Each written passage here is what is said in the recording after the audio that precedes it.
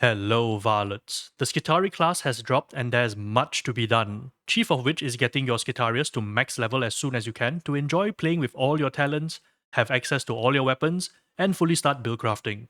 In this video, I'm going to share how I helped power level my friends, increasing their trust level rapidly.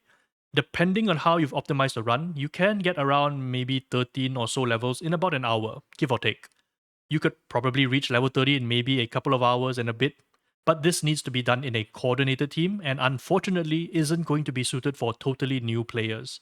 The reason for this is because you're going to need a character that can already access either Damnation or Auric level difficulty and has also completed the Autos offensive mission where you fight the twins.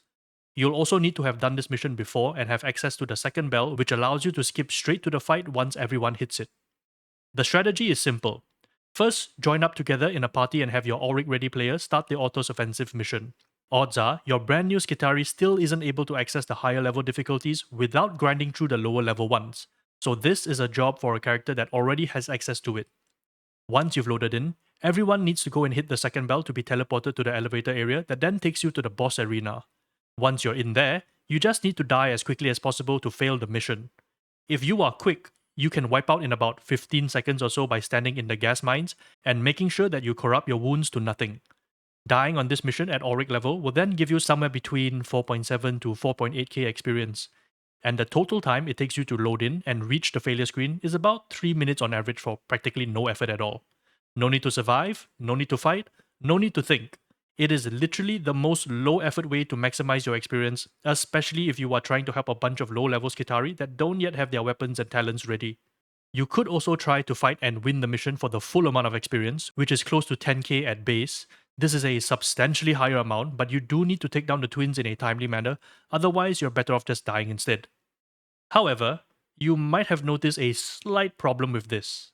The host who launched the Auric mission isn't in their Skitarius, which means they aren't getting the experience from doing this. But worry not, this is a small problem that can be remedied, but it will slow your runs down a little. To solve this, the Auric level player needs to immediately leave the game once they are able to do so. This would be right after the entrance to the sewer cutscene.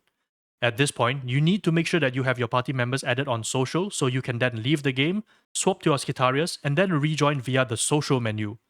Once you select join the strike team, you might have to wait a little bit for the reconnect pop-up to show.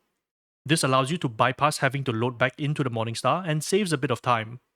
In the meantime, while you are swapping characters and waiting to load back in, your teammates can already trigger the teleport the moment you leave. And once they are at the elevator section, all they need to do is wait for you to reconnect so they can start the elevator. If everything is timed just right, you'll load in straight into the cutscene where the twins appear, and now everyone in the party will be in their Skitarii class, regardless if they have access to Auric or not. All you need to do now is die as quickly as you can. It's a little more effort and waiting, but still really good for getting everyone leveled up quickly. Now, there are definitely more optimized ways to do this and shave off maybe another 15 or 30 seconds here and there. This will mostly have to do with shortening loading times between mods, but even without, I think 3 or 4 minutes a level is pretty hard to say no to. I have, however, tried swapping characters during the countdown screen, and while that allows you to be a little quicker, I found that I kept disconnecting for some reason.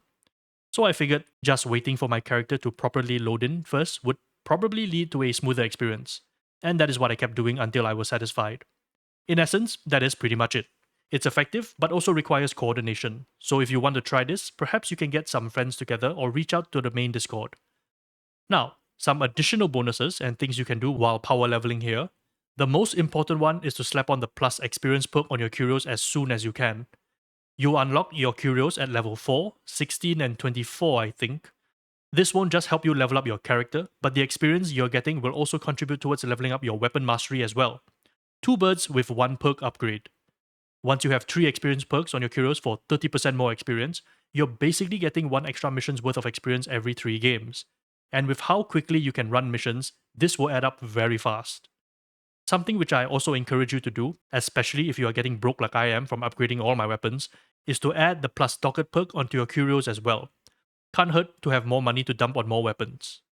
Alright, so that's it for now. I don't want to drag out a helpful video unnecessarily because I've got a lot more work to do. If you want to see more helpful tips, tricks, deep dives and guides, consider dropping a like and subscribing. Thank you all for watching, and I will see you in the next one. Varlets.